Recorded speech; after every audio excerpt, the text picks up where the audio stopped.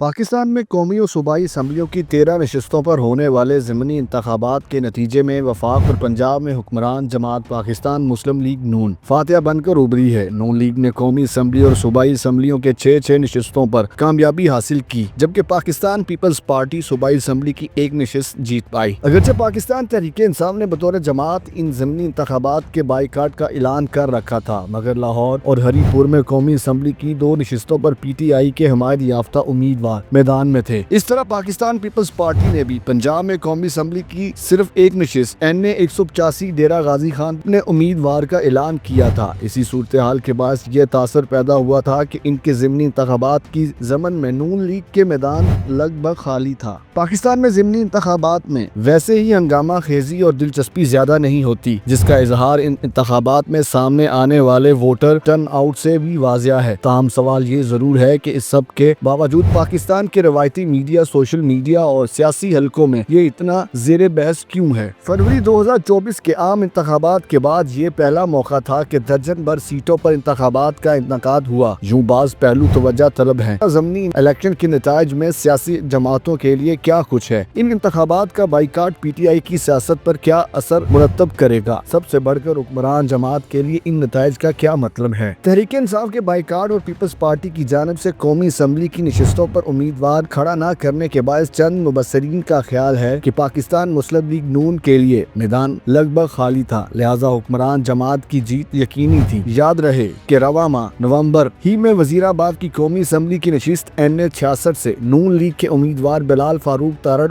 بلا مقابلہ منتخب ہوئے تھے۔ NA 96 فیصل آباد میں نون لیگ کے بلال بدر کے مقابلے میں نواب شیر وسیع تھے، جن کا اس حلقے میں اپنا ذاتی ووٹ بینک ہے۔ نواب شیر وسیع نے 8 فروری کا الیکشن نون لیگ کے ٹکٹ پر لڑا تھا، جبکہ وہ پیپلز پارٹی کے ٹکٹ پر اسی حلقہ سے MNA بھی رہ چکے ہیں۔ لاہور کے حلقہ NA 129 ایک ایسا علاقہ تھا جس کا پی ٹی آئی نے بائیکاٹ نہیں کیا تھا۔ یہاں مسلم لیگ نون کے امیدوار محمد نعمان کے مقابلے میں پی ٹی آئی کے حمایت یافتہ ارسلان احمد تھے۔ اسی طرح DG خان کے حلقہ NA 185 میں نون لیگ کے محمد قادر خان کا مقابلہ پاکستان پیپلز پارٹی کے امیدوار خوسا خاندان کے دوست محمد خان خوسا تھے۔ دوست محمد خوسا اپنے ذاتی ووٹ بینک اور پارٹی ووٹرز کے ساتھ ساتھ پی ٹی آئی کے ووٹرز کو بھی مخاطب کر رہے تھے۔ اس حلقے سے تعلق رکھنے والے مقامی سیاسی ورکر اور مبصر امجد سردار کہتے ہیں کہ اس حلقے میں ووٹرز کے رجحان اور نتائج سے یہ اندازہ بخوبی لگایا جا سکتا ہے کہ دوست محمد خوسا کو پی ٹی آئی کے ووٹرز نے بھی ووٹ ڈالا۔ پیپلز پارٹی کے بعض حلقے ان 6 نشستوں پر نون لیگ کی کامیابی کو پیپلز پارٹی کی مزاحمتی سیاست کے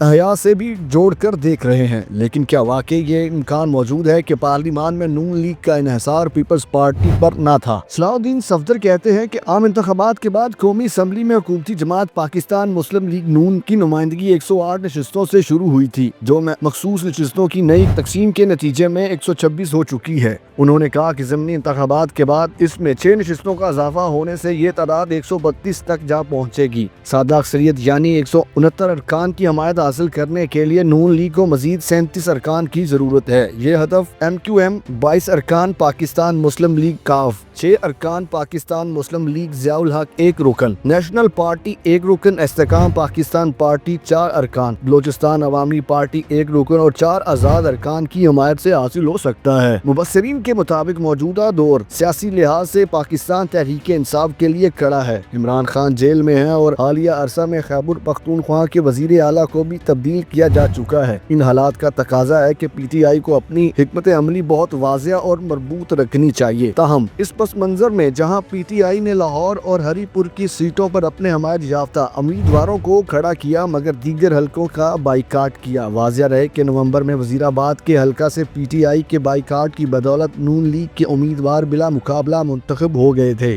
وزیر اعظم شہباز شریف نے ضمنی انتخابات میں کامیابی پر جہاں امیدواروں کو مبارکباد دی، وہاں پارٹی کارکردگی کو میاں نواز شریف کی قیادت سے منسوب کیا۔ سابق وزیر اعظم میاں نواز شریف نے social media platform X پر اس کامیابی کو میاں شہباز شریف اور پنجاب کی وزیر اعلیٰ مریم نواز شریف کی محنت اور بے لوث خدمت قرار دیا، جبکہ مریم نواز شریف نے خیبر پختونخوا کے شہر ہری پور میں اپنی جماعت کی امیدوار کی کامیابی کو پنجاب حکومت کی اپنی کارکردگی سے جوڑا۔